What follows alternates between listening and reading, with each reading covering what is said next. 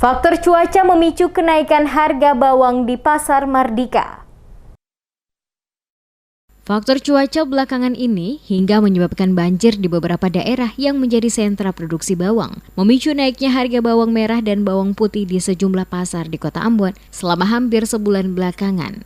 Sebelumnya pada bulan Desember 2021, terutama jelang Nataru, harga bawang merah dan bawang putih terbilang normal. Pedagang menjualnya dengan harga Rp20.000 per kilogram. Namun memasuki Januari hingga pekan keempat ini, harga bumbu masak ini terus melejit hingga menembus Rp32.000 per kilo. Dari pantauan di Pasar Mardika, penjualan bawang terdiri dari dua versi, yakni masih dalam bentuk kotor atau belum dibersihkan, dijual Rp25.000, sedangkan yang sudah dibersihkan Rp32.000 per kilogram. Ongen, salah seorang pedagang di Pasar Mardika yang ditemui di MS Media Group pada Senin 21 Januari mengatakan, harga bawang baik merah maupun putih mengalami kenaikan sejak awal Januari lalu.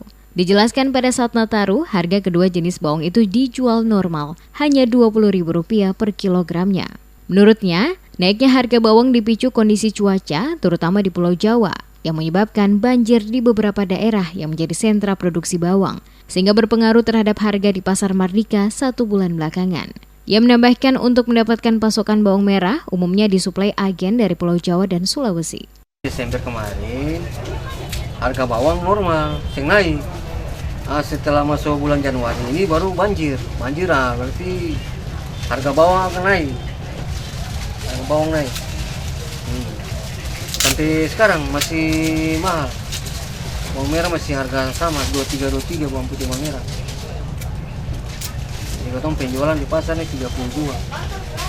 Bawang merah, bawang putih harga sama 30. Bawang merah, bawang putih asal dari Jawa.